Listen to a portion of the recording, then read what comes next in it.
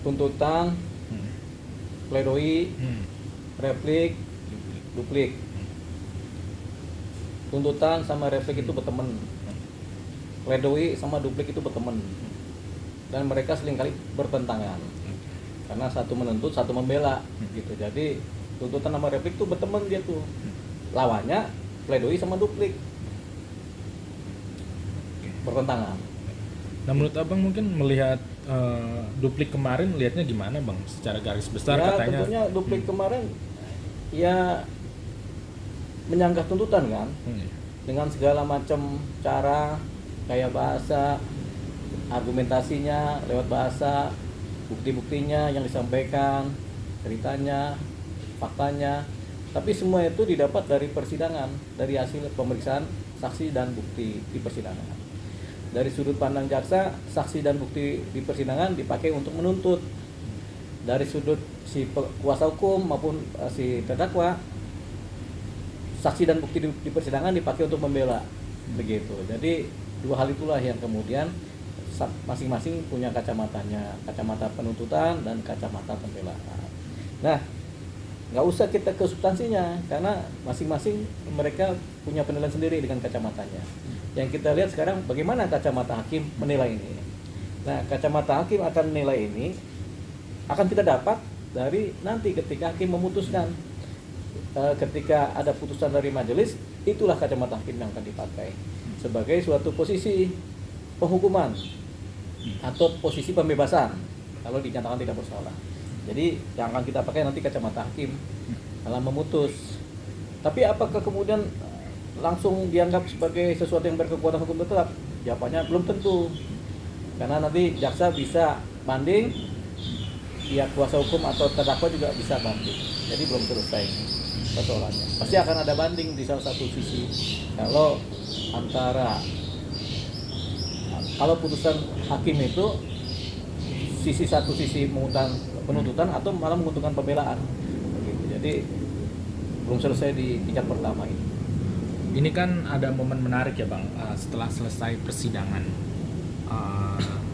Nikita Mirzani ini menyalami JPU, tapi JPU yang bernama Dona ini tidak mau berjabat tangan.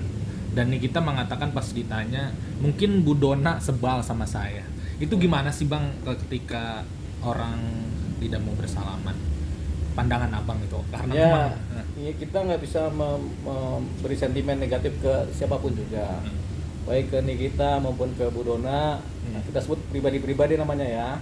Itu masing-masing punya pemikiran dan sudut pandang sendiri. Siapa tahu yang dipikirin Bu Dona ini positif sebenarnya, bahwasanya dia nggak mau bersalaman karena ada lain hal, satu dan lain hal yang kemudian secara etis dianggap baik menurut dia.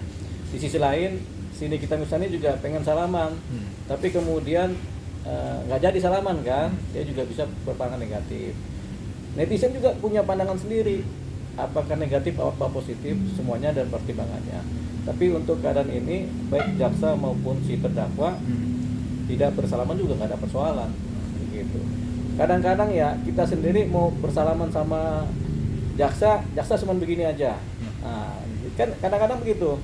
Jadi ada masing-masing punya standar etika sendiri yang kemudian ya, dipakai oleh masing-masing untuk berperilaku, gitu. Jadi kita nggak bisa mempersalahkan jaksa.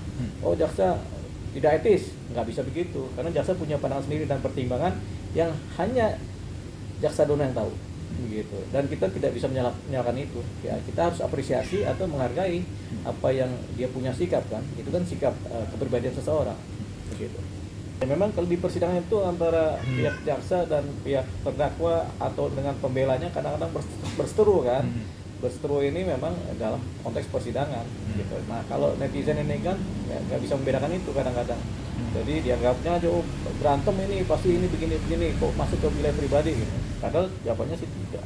Kalau kita lihat sih jaksa berada dalam koridor-koridor yang masih toleransi, masih aman-aman aja lah jaksa bertindak seperti itu. Berarti menurut abang juga tidak menyesalkan terkait adanya tindakan itu berarti? Ya apa yang mau disesalin? Uang itu adalah sikapnya jaksa, kan kita kan harus mengapresiasi sikap jaksa begitu. Kita mengapresiasi juga sikapnya Nikita Mirzani yang mau bersalaman gitu. Ini ya kadang-kadang ada kesalahpahaman dalam berperilaku yang memang bukan karena faktor pikiran negatif, tapi memang kesalahpahaman. Kita mau salaman sama wanita, atau wanitanya begini, begini, atau begini, kan kita jadi nggak jadi. Atau kadang-kadang kita mau salaman sama seseorang, orangnya nggak mudeng, akhirnya dia nggak salaman, tapi dia noleh kemana, kan begitu, seringkali terjadi begitu. Itu kan kesalahan dalam berperilaku kan. Tapi intinya orang mau bersalaman apa tidak itu punya pemikiran dan posisi pertimbangan etis di masing-masing. Gitu. Jadi kita tidak bisa mempersalahkan. Sama satu bentuk perilaku kan, sikap yang baik juga. Oke, begini, karena dia menghindari juga pretensi dari netizen, dari masyarakat. Tentunya kan dia harus menjaga sikap formalnya juga jaksa.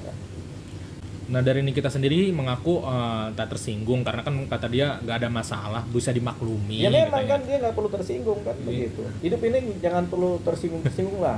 Biasa-biasa aja lah. Kan kita kan berbagai suku bangsa, budaya beda-beda, culture-nya beda-beda, gaya beretika berperilaku setiap suku dan budaya belum tentu sama. Pikiran pretensi negatif, jadi jangan terbiasa kita kemudian berpikiran-pikiran negatif, praduga negatif, pretensi negatif, kemudian sentimen di pikiran negatif itu jangan, biasa aja lah. Berarti masalah kode etik untuk terkait di persidangan mau salaman apa enggak itu tergantung masing-masing. Tergantung masing-masing. Coba aja kita mau salaman, Pak Hakim, ini kan Pak Hakim, gini, udah santai aja, kan begitu hakimnya begitu. Mau bilang apa? Oh berarti belum tentu itu menolak tapi oke gitu. Oke, begitu.